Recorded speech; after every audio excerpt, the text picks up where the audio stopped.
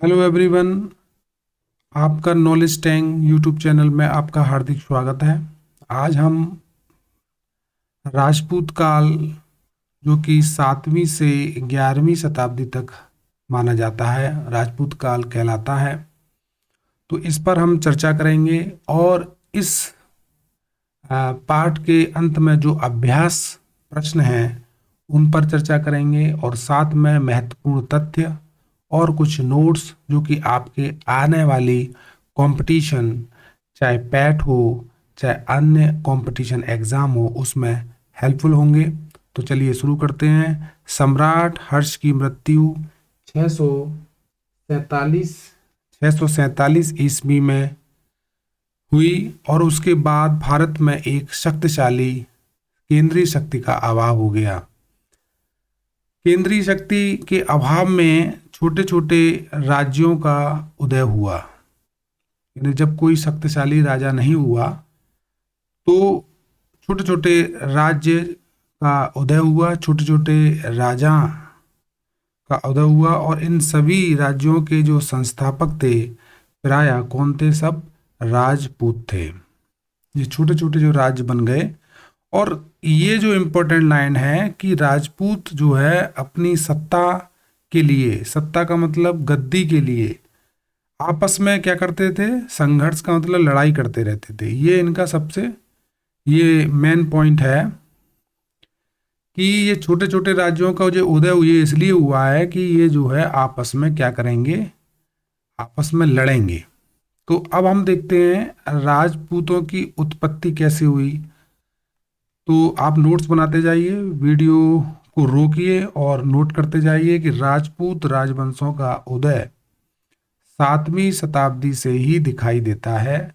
11वीं शताब्दी आते आते उत्तर भारत में कई राजपूत कुल प्रसिद्ध हो जाते हैं, जिनमें एक है प्रतिहार वंश, चौहान वंश, परमार वंश, गहड़वाल वंश, चंदेल राजवंश प्रमुख थे, और भी हैं आदि।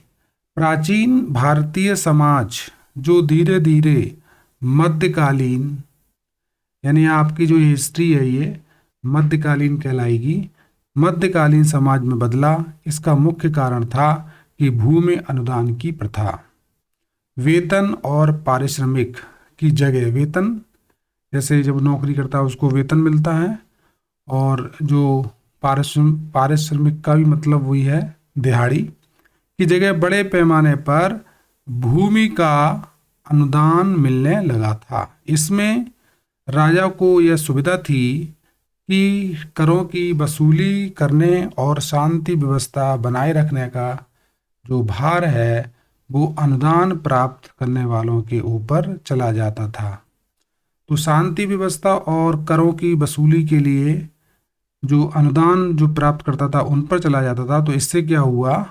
इससे राजा की जो शक्ति है बहुत ही घटने लगी, और किनकी बढ़ने लगी? जिनको अनुदान प्राप्त हो रहा है।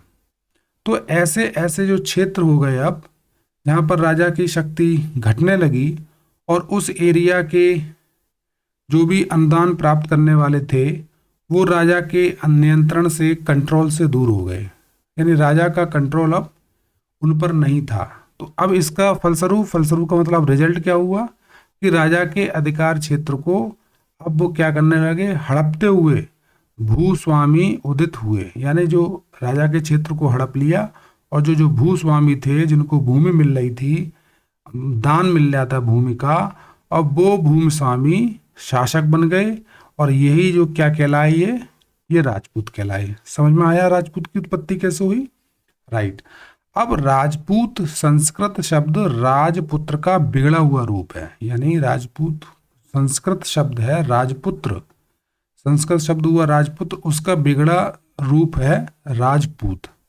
कहने का मतलब है राजपुत्र, राजपूत का मतलब राजपुत्र। यह शब्द राजकुमार, हम जानते हैं राजा का पुत्र यानी राजकुमार या राजवंश का सूचक था। धीरे धीरे क्षत्रिय वर्ग, जो क्षत्रिय वर्ग था वो राजपूत के नाम से प्रसिद्ध हो गया। आगे चलते हैं। अब हम देखते हैं प्रमुख राजवंश, और प्रमुख राजवंश में सबसे पहले हम देखेंगे प्रतिहार वंश, जिसे उज्जैन में था ये वंश।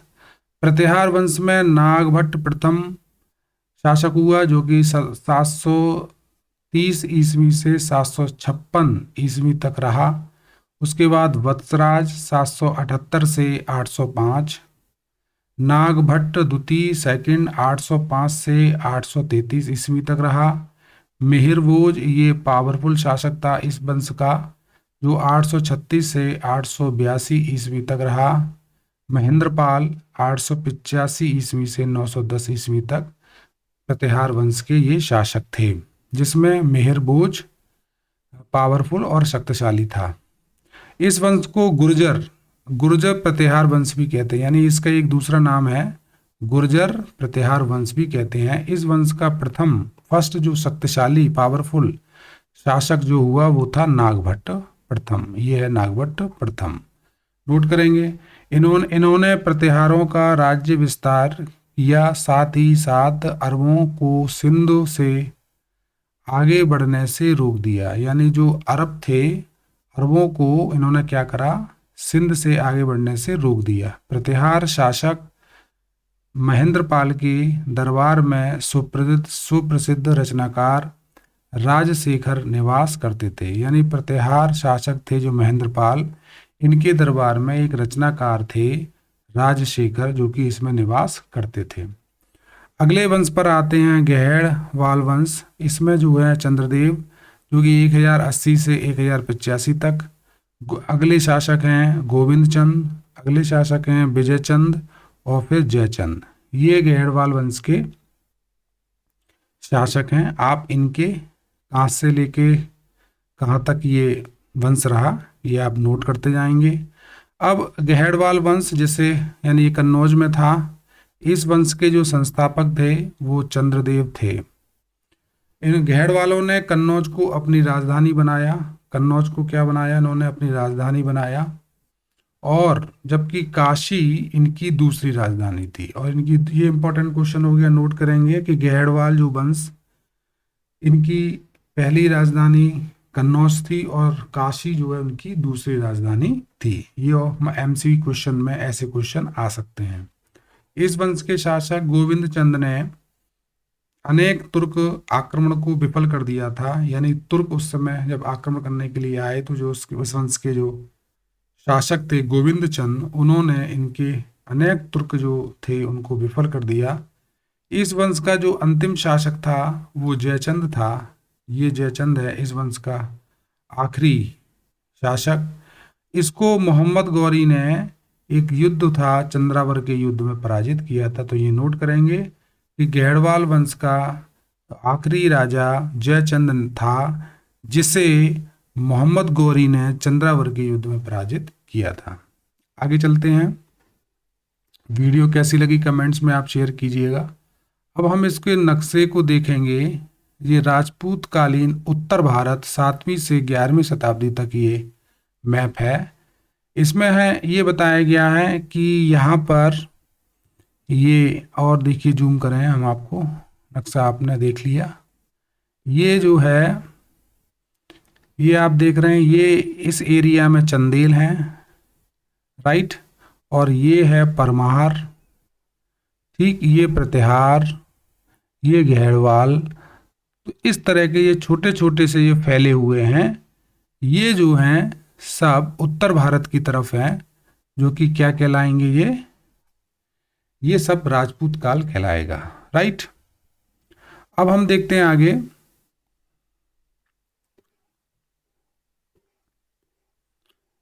अब अगला वंश है चौहान वंश। चौहान वंश जिसका दूसरा नाम है चाहमान वंश, जो कि अजमेर में था, उसके बाद फिर दिल्ली। तो यहाँ पर एक क्या है कि इस वंश की स्थापना वसुदेव ने की थी। नोट करेंगे, प्रारंभ में ये अजमेर से शासन करते थे, यानी इनकी राजधानी अजमेर थी। बाद में दिल्ली को इन्होंने अपनी राजधानी बनाया, राइट। ये क्वेश्चन पूछा जा सकता है कि चौहान वंश ने अपनी पहली राजधानी अजमेर और फिर बाद में कहाँ ट्रांसफर की। इसी के साथ दिल्ली भारत में सत्ता का केंद्र बन गई। आज भी दिल्ली भारत की राजधानी है। तो दिल्ली जो है भारत में सत्ता का केंद्र बन गई। इस वंश का सबसे प्रतापी और शक्तिशाली शासक था पृथ्वीराज चौहान, जिसका दूसरा नाम था पृथ्वीराज तृतीय। पृथ्वीराज चौहान ने तराइन के प्रथम युद्ध 1191 ईस्वी में हुआ, उसमें मोहम्मद गौरी को पराजित किया था। ये आप नोट करेंगे, नोट करते जाइए और अपने नोट्स को कॉपी पर बनाते जाइए। अगला वंश हम लेते हैं चंदेल वंश। चंदेल वंश जो कि बुंदेलखंड में था। कौन सा वंश किस जगह पर था ये भी नोट करते जाइए। चंदेल वंश के संस्थापक थे नन्नुक। चंदेल वंश के संस्थापक थे नन्नुक। चंदेल शासकों ने विश्व प्रसिद्ध खजुराहो के मंदिर का निर्माण किया था। ये बहुत इंपॉर्टेंट क्वेश्चन है कि जी खजुराहो के मंदिरों का निर्माण किस वंश ने किया, तो चंदेल वंश ने। अब हम चंदेल वंश के शासकों पर नजर डालेंगे। यशोवर्मन 1925 ईस्वी से 1950, धंगदेव 950 से 1002, गंगदेव 1002 से 1019 तक। ये थे चंदेल वंश के शासक। अगला वंश आया परमार वंश, जो कि मालवा में था। इस वंश की स्थापना उपेंद्र ने मालवा क्षेत्र में की थी। नोट करेंगे उपेंद्र। इस वंश के प्रमुख शासक थे मुंज 973 ईस्वी से 995 ईस्वी तथा राजा भोज। ये सबसे ज़्यादा शक्तिशाली और प्रतापी और प्रमुख 1017 से 1060 ईस्वी तक इन्होंने शासन किया। राजा भोज 1305 ईस्वी में अलाउद्दीन खिलजी ने मालवा को जीत लिया। यानी ये मालवा है जहाँ पर परमार वंश थे, अब ये जो है अलाउद्दीन खिलजी के कब्जे में आ गया। तो ये भी आप नोट कर लीजिए। अगला है वंश पाल वंश, जो कि बंगाल में था। जिस समय उत्तर भारत में राजपूत शासकों का इस राज्य स्थापित हो रहा था, उसी समय गोपाल ने बंगाल में पाल वंश की स्थापना की। तो पाल वंश का संस्थापक कौन हुआ? गोपाल। ये पूछा जाएगा कि पाल वंश के संस्थापक कौन है? गोपाल। 750 ईस्वी से 770, राइट। आगे देखें, गोपाल के बाद उसका पुत्र धर्मपाल शासक बना। तो ये हो गया धर्मपाल गोपाल के बाद, जो कि 770 ईस्वी से 815 ईस्वी तक। धर्मपाल ने एक बहुत ही इंपॉर्टेंट, धर्मपाल ने सुप्रसिद्ध विक्रमशिला विश्वविद्यालय की स्थापना की। ये बहुत इंपॉर्टेंट है, आगे कंपटीशन में बहुत पूछा जाता है कि विक्रमशिला विश्वविद्यालय की स्थापना धर्मपाल ने की। 12वीं शताब्दी के अंत में पाल वंश का अंत हो गया। 12वीं शताब्दी का के अंत में, जैसे ही 12वीं शताब्दी भी अंत हो रही थी, उसी में पाल वंश का भी अंत हो गया और बंगाल में सैन वंश सत्ता में आ गया। इसके बाद कौन सा वंश आया? सैन वंश, राइट। आगे हम देखते हैं राजपूत कालीन जब था तो उसका समाज कैसा था, उनकी शासन व्यवस्था कैसी थी, कैसे शासन करते थे और उनकी सामाजिक व्यवस्था यानी समाज कैसा था। तो देखते हैं कि इस समय से सामंती व्यवस्था की शुरुआत होने लगी थी, जिसमें सामंत राजा प्रत्येक वर्ष एक निश्चित आय अधिपति को देते थे, एक निश्चित इनकम अधिपति को देते थे। गांव में ग्राम पंचायत होती थी, आज भी हैं, और उन ग्राम पंचायतों पर शासन का कोई भी हस्तक्षेप नहीं था। और ये जो व्यवस्था थी ग्राम पंचायत की, ये मौर्यों के समय से उत्पन्न पंचायती राज व्यवस्था अभी भी कायम थी। इस प्रकार राजनीतिक उथल पुथल का गांवों पर बहुत अधिक प्रभाव नहीं पड़ता था, राइट। अब सामाजिक व्यवस्था देखते हैं। राजपूत काल में समाज में योद्धा तथा शासक वर्ग मुख्य थे। योद्धा थे और शासक वर्ग थे। राजपूतों में साहस था, आत्मसम्मान था, आतिथ्य का भाव मतलब होता है कि जब हमारे घर पर कोई मेहमान आए तो उसकी हम आव और भगत करें, तो वो आतिथ्य का भाव कहलाता है। और इस तरह के थे राजपूत, प्राण जाए पर वचन न जाए, इस तरह के राजपूत में साहस और आत्मसम्मान जैसे भावना थी। जैसे आन और शान की सोच विकसित हुई और उनकी गुण गाथाएं भी गाई जाने लगी। अब आगे देखते हैं ब्राह्मणों को। समाज की हम बात करें तो ब्राह्मणों को समाज में, सोसाइटी में उच्च स्थान प्राप्त था। धनी लोग कैसे थे? धनी लोग कीमती वस्त्र और आभूषण पहना करते थे, और जो जन साधारण थे, आम लोग थे, उनकी वेशभूषा कैसी थी? साधारण थी। अब बाल विवाह और सती प्रथा का प्रचलन हो गया था। ये है बुराई उस समय समाज की। और विधवा विवाह वर्जित था। यानी जो विधवा हो गया उसका विवाह नहीं होगा, ये वर्जित था। महिलाओं को समान अधिकार प्राप्त थे, महिलाओं को संपत्ति का अधिकार भी दिया गया था। इस समय वर्ण व्यवस्था कठोर हो गई थी, वर्ण व्यवस्था कठोर हो गई थी, जिसके कारण लोगों की मानसिक सोच संकुचित हो चुकी थी, यानी लोगों की सोच जो है वो खराब हो गई थी। आगे हम देखते हैं कला। उस समय कला कैसी थी? तो कला की अगर हम बात करें तो राजपूत शासक लड़ाई में व्यस्त रहने के साथ कला और साहित्य में भी रुचि रखते थे, यानी वो कला के भी प्रेमी थे और साहित्य के प्रेमी थे। इन्होंने प्रतिष्ठा सूचक भव्य दुर्ग, राजभवन तथा मंदिरों का निर्माण करवाया, जिनको देखने के लिए आज भी बहुत लोग दूर दूर से पर्यटक टूरिस्ट आते हैं। ये है भुवनेश्वर का लिंगराज मंदिर। ठीक है। उत्तरी भारत के राजाओं ने कई भव्य मंदिरों का निर्माण कराया, जैसे भुवनेश्वर का लिंगराज मंदिर। ये पूछा जा सकता है कि लिंगराज मंदिर कहाँ है? भुवनेश्वर में है, जो कि उड़ीसा की राजधानी है। तो ये है। अब अगला आता है वंश चंदेल वंश। अब चंदेल वंश में क्या है कि चंदेल जो राजाओं ने शिव, विष्णु और जैन तीर्थकरों को समर्पित कई मंदिर बनवाए चंदेल ने, जिसमें खजुराहो का कंदरिया महादेव मंदिर है, अपनी बनावट के लिए अति प्रसिद्ध है। ये सभी मंदिर पीले रंग के बलुआ पत्थरों के बने हुए। ये पूछा जा सकता है कि चंदेल वंश ने जो भी मंदिर बनवाए वो किस बलुआ पत्थर के थे? पीले, लाल, हरे, तो आप पीले रंग के बलुआ पत्थरों के बने थे। और इन मंदिरों में आज भी सांस्कृतिक कार्यक्रम किए जाते हैं। ये जो मंदिर है वो कोणार्क का सूर्य मंदिर है, ये भी जो है उड़ीसा राज्य में स्थित है। आगे हम बढ़ते हैं कि कोणार्क का जो सूर्य मंदिर है वो गंग वंश के नरसिम्हा प्रथम ने द्वारा बनवाया था। नोट करेंगे, ये इंपॉर्टेंट क्वेश्चन है कि कोणार्क का जो सूर्य मंदिर है वो गंग वंश के नरसिम्हा प्रथम ने के द्वारा बनवाया गया था। यह मंदिर में क्या है? एक रथ के आकार का है और इसमें 12 पहिए हैं तथा 7 घोड़े इस रथ को खींचते हुए दर्शाए गए हैं। 7 घोड़े और 12 पहिए। मंदिरों का व्यय चलाने के लिए उच्च वर्ग के लोग क्या करते थे? सोना, चांदी, कीमती पत्थर, मोती इत्यादि का क्या करते थे? दान में देते थे। मंदिरों का खर्चा, व्यय का मतलब खर्चा चले। इन मंदिरों की विशेषता यह थी कि ये धन दान से परिपूर्ण थे, भरे हुए थे। खजुराहो है, ये खजुराहो है। खजुराहो में भरतनाट्यम नृत्य होता है। एक नृत्य है भरतनाट्यम करती हुई नृत्य की, यानी एक डांसर है जो कि खजुराहो में भरतनाट्यम नृत्य प्रस्तुत कर रही है। आगे हम बढ़ते हैं, शिक्षा एवं साहित्य के बारे में देखेंगे कि शिक्षा और साहित्य राजपूत शासकों के समय आश्रमों, पाठशालाओं और विश्वविद्यालयों में शिक्षा दी जाती थी। इस समय क्या था कि नालंदा और विश्वविद्यालय, विक्रमशिला विश्वविद्यालय, उज्जैनी विश्वविद्यालय और कन्नौज, काशी, धारानगरी, ये क्या थे? वो शिक्षा के केंद्र थे, सेंटर थे। यहाँ पर शिक्षा दी जाती थी, ये विश्वविद्यालय थे।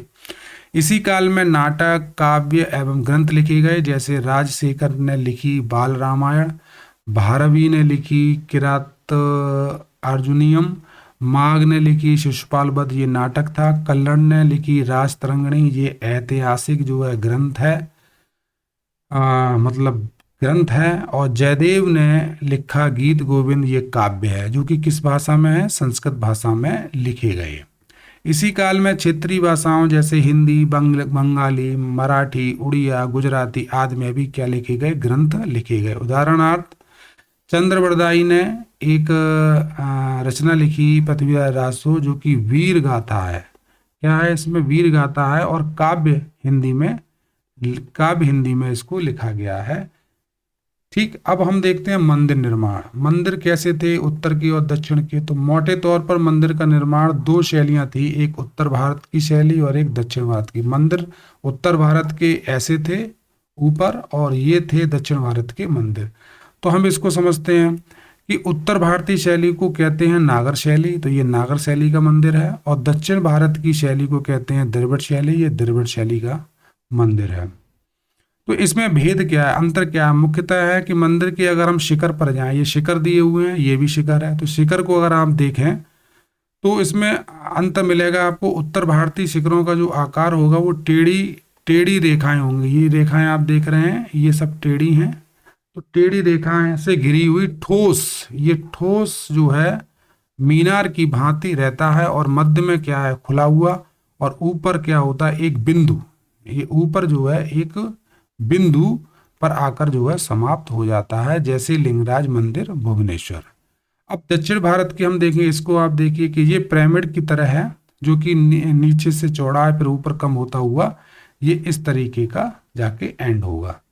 तो चलिए इसको हम देखते हैं कि दक्षिण भारत का जो शिखर होगा वो पिरामिड की तरह होगा, पिरामिड की तरह होगा, जिसमें कई खंड होंगे। प्रत्येक खंड जो होगा वो क्रमशः ऊपर की ओर अपने नीचे वाले खंड से छोटा होता जाता है और सबसे ऊपर जाकर छोटा तथा गोलाकार हो जाता है। राइट। दक्षिण भारत के मंदिरों में स्तंभ, खंबे का मुख्य स्थान है। दक्षिण भारत के जो मंदिर होंगे उनमें खंबे जरूर मिलेंगे, जबकि उत्तर भारत के मंदिरों में खंबे का सर्वदा अभाव दिखाई देगा, यानी उत्तर भारत के मंदिरों में खंबे स्तंभ दिखाई नहीं देंगे। मंदिरों को बनाने के लिए कारीगर पत्थर को जमाने के लिए चूने व गारे का घोल इस्तेमाल नहीं करते थे, यानी उस समय जो मंदिरों को बनाते थे कारीगर, उसमें चूना या गारे का घोल इस्तेमाल नहीं करते थे। इस विधि के बगैर ही वे बड़े बड़े पत्थरों को एक के ऊपर एक चढ़ाते जाते थे, यानी एक के ऊपर एक रखते जाते थे, जिससे वे वर्षों तक क्या है, टिके रहते थे। ये पत्थर एक दूसरे के भार से ही सैकड़ों साल तक टिके हुए, यानी एक दूसरे के भार पर ही क्या हुए हैं, वो अभी तक जो है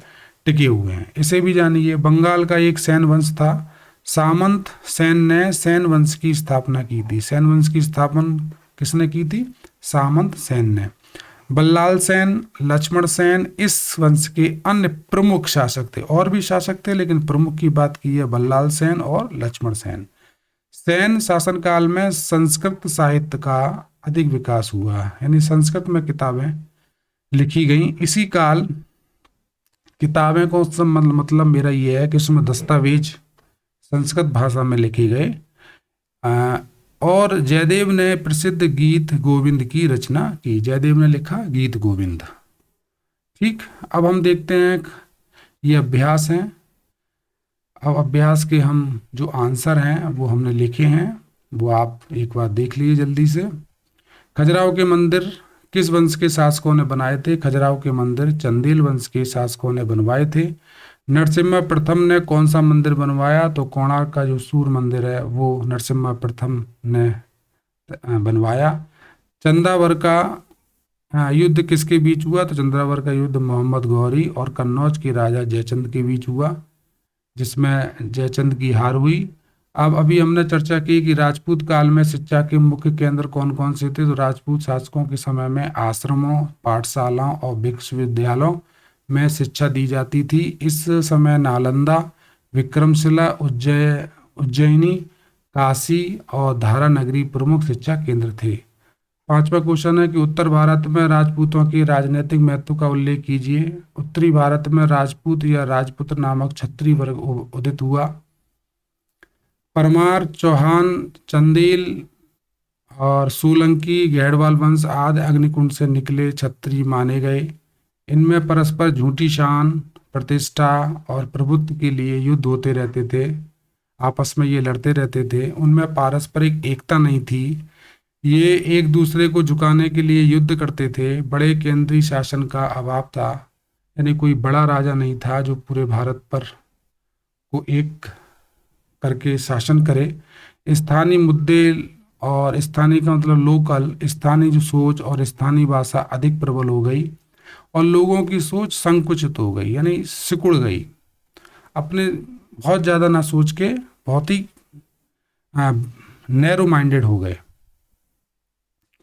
अब हम देखते हैं आगे अगला क्वेश्चन कि राजपूत कालीन जो है सामाजिक व्यवस्था का वर्णन करें तो ब्राह्मणों का समाज में उच्च स्थान था। राजपूत साहसी, स्वाभिमानी और आतिथ्य वाले वीर योद्धा थे। धनी लोग कीमती वस्त्र आभूषण पहनते थे। बाल विवाह और सती प्रथा का चलन हो गया था। विधवा विवाह वर्जित था। स्त्रियों की स्थिति निम्न थी, यानी निम्न थी।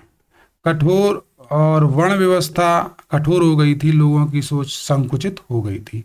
अगला क्वेश्चन है भवन निर्माण की उत्तर भारत और दक्षिण भारतीय शैली के बारे में। मोटे तौर पर भवन निर्माण की दो शैलियां थीं, उत्तर भारतीय और दक्षिण भारतीय। इनमें भेद मुख्यतः मंदिर के शिखर के आकार में देखा जाता है। उत्तर भारतीय शिखरों का आकार टेढ़ी रेखाओं से घिरी हुई ठोस मीनार की भांति रहता था। मध्य में खुला हुआ था, ऊपर एक बिंदु आकार समाप्त हो जाता था। उदाहरण लिंगराज का मंदिर जो कि भुवनेश्वर में है। आगे देखते हैं कि दक्षिण भारत शिखर जो मंदिर थे दक्षिण भारत के, उसमें शिखर जो है पिरामिड की तरह दिखते थे, जिसमें कई खंड होते थे। इनमें प्रत्येक खंड क्रमशः ऊपर की ओर अपने नीचे वाले खंड से छोटा होता जाता था और सबसे ऊपर जाकर छोटा हो जाता था तथा गोलाकार टुकड़े में हो जाता था। दक्षिण भारत के मंदिरों में स्तंभों का मुख्य स्थान है, जबकि उत्तर भारत के मंदिरों में इनका सर्वदा अभाव दिखाई देता है, यानी उत्तर भारत के मंदिरों में स्तंभ नहीं है। ठीक है, इसके बाद निम्न रचनाओं के लेखकों के नाम लिखिए। ये इंपॉर्टेंट है, पेपर में आते हैं, कंपटीशन में भी आते हैं। पुस्तकों के नाम है किरात अर्जुनियम, ये भारवी ने लिखी। शिशुपाल बद्ध, ये मांग ने लिखा। राजतरंगिणी, ये जो है कल्हड़ ने लिखा। बाल रामायण, ये राजशेखर ने लिखी। और गीत गोविंद जो है जयदेव की रचना है। राइट। अगला है कि निम्न वंश वर्तमान के किस राज्य में संबंधित हैं, यानी जो इस समय जो चौहान चाहमान वंश है वो दिल्ली में है इस समय। प्रतिहार वंश कहाँ के थे? उज्जैन मध्य प्रदेश में। यानी ये जो वंश हैं वो वर्तमान में आज की तारीख में किस राज्य से संबंधित हैं? घेड़वाल ये कन्नौज, परमार ये मालवा में, और पाल बंगाल में, और चंदेल जो वंश है वो आज जो है बुंदेलखंड राज्य यानी झांसी में है। राइट। अब हम आगे देखते हैं अन्य महत्वपूर्ण तथ्य जो कि आगे आपके कंपटीशन में महत्वपूर्ण हो।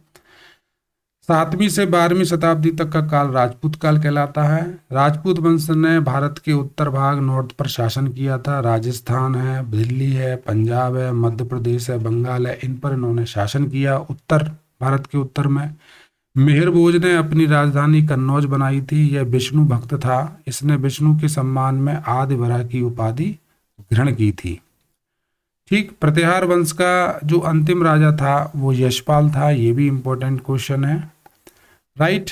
अब आगे देखते हैं हम फैक्ट्स। चंद्रबरदाई की पृथ्वीराज रासो रचना है। ये पृथ्वीराज तृतीय यानी पृथ्वीराज चौहान का राजकवि था, यानी इनके दरबार में था चंद्रबरदाई पृथ्वीराज चौहान के। तराइन का जो द्वितीय युद्ध है वो 1192 ईस्वी में हुआ था, जिसमें मोहम्मद गौरी ने पृथ्वीराज तृतीय यानी पृथ्वीराज चौहान को पराजित किया था। और 1191 में तराइन का प्रथम युद्ध हुआ जिसमें पृथ्वीराज चौहान ने मोहम्मद गौरी को पराजित किया था। अगला है परमार वंश। परमार वंश का जो संस्थापक था उपेंद्र राज था। इसकी राजधानी जो थी वो धारा नगरी थी। परमार वंश का जो सर्वाधिक शक्तिशाली और प्रतापी शासक राजा भोज था। नोट करेंगे। राजा भोज ने क्या करा, भोपाल के दक्षिण दिशा में एक भोजपुर नामक झील का निर्माण करवाया था। ये पूछ लेते हैं कि राजा भोज ने भोपाल में कौन सी झील का निर्माण करवाया, तो भोजपुर नामक झील का निर्माण कराया। अगला है चंदेल वंश का जो संस्थापक था वो नन्नुक था। इनकी राजधानी खजुराहो थी और प्रारंभ में इसकी राजधानी कालिंजर थी। बाद में राजा धंगदेव ने अपनी राजधानी कालिंजर से खजुराहो में स्थानांतरित की थी। जो स्थानांतरित वाले जो क्वेश्चन होते हैं ये इंपॉर्टेंट होते हैं। और प्रथम संस्थापक, अंतिम संस्थापक और प्रमुख संस्थापक ये आप हर एक वंश में से रट लीजिए। राजा धंगदेव ने जिन्नाथ, विश्वनाथ और वैद्यनाथ मंदिर का निर्माण कराया। कभी कभी पूछा जा सकता है कंपटीशन में। सोलंकी वंश का जो संस्थापक था वो मूलराज प्रथम था। इसकी राजधानी अन्हलवाड़ थी। भीमदेव प्रथम के शासनकाल में महमूद गजनवी ने सोमनाथ मंदिर पर आक्रमण किया। ये कई बार मोहम्मद गजनवी ने सोमनाथ मंदिर पर आक्रमण किया था, तो वो उसमें शासनकाल किसका था ये पूछ सकते हैं। तो भीमदेव प्रथम थे उस समय राजा। भीमदेव प्रथम के सामंत थे एक विमल ने आबू पर्वत पर एक दिलवाड़ा का प्रसिद्ध जैन मंदिर बनवाया था। अगला है कलचुरी चेदी राजवंश। कलचुरी चेदी राजवंश, इस राजवंश का संस्थापक कोक्कल था। इसकी राजधानी त्रिपुरी थी। प्रसिद्ध कवि राजशेखर जो कलचुरी के दरबार में ही रहते थे, यानी एक राजशेखर कवि हैं, ये कवि हैं राजशेखर जो कि कलचुरी के दरबार में ही रहते थे। अगला है सिसोदिया वंश। इस वंश के शासक अपने को क्या कहते थे? सूर्यवंशी कहते थे, क्योंकि मेवाड़ में शासन करते थे। मेवाड़ की राजधानी चित्तौड़ थी। अपनी विजयों के उपलक्ष्य में विजय स्तंभ का निर्माण राणा कुंभा ने चित्तौड़ में करवाया था। ये इंपॉर्टेंट तथ्य है कि अपनी विजयों के उपलक्ष्य में विजय स्तंभ बनवाया था राणा कुंभा ने, जो कि चित्तौड़ में। लिंगराज मंदिर का निर्माण सोमवंशी राजा थे ययाति केसरी। नोट करेंगे, ययाति केसरी ने लिंगराज का निर्माण करवाया था। अगला है, ये दो बचे हैं कि ब्लैक पैगोडा कोणार्क में स्थित है।